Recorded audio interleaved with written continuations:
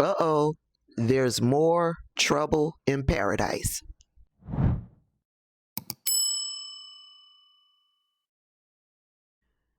Listen, my apologies if you hear the washing machine going in the background, but I just had to come in here before I leave this place today to share this with y'all.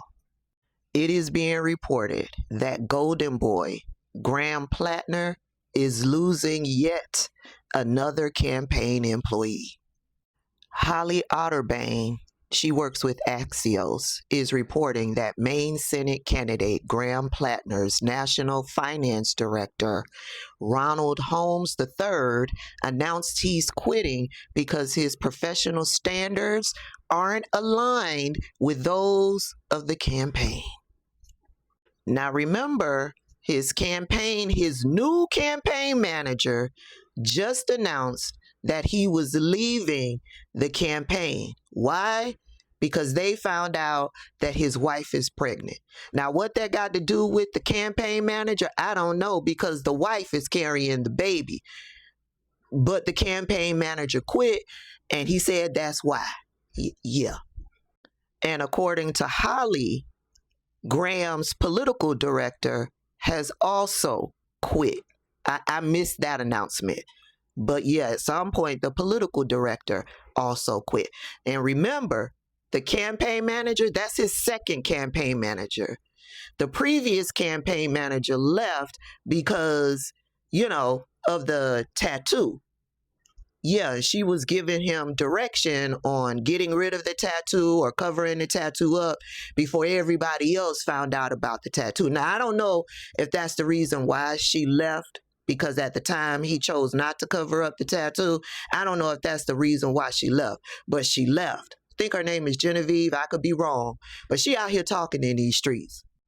Here's the notice that Ronald Holmes III put out as to the reason why he's leaving. Over the past few months, I've had the privilege of serving as National Finance Director for the Graham of Maine campaign. Today, I resign from that role effective immediately. I joined this campaign because I believed in building something different, a campaign of fresh energy, integrity, and reform-minded thinking in a political system that often resists exactly those things. Somewhere along the way, I began to feel that my professional standards as a campaign professional no longer fully aligned with those of the campaign. I'm proud of the people who showed up with good hearts and clear purpose and the lessons that came with the work. I wish the campaign and the voters in Maine well as they continue forward with selecting a nominee who they believe is being suited to meet the moment and flip this critical must-win seat for us to take back the U.S. Senate. Now, baby, I read what he said, and I also read what he didn't say. He said that he wished the campaign and the voters of Maine well as they continue forward with selecting a nominee.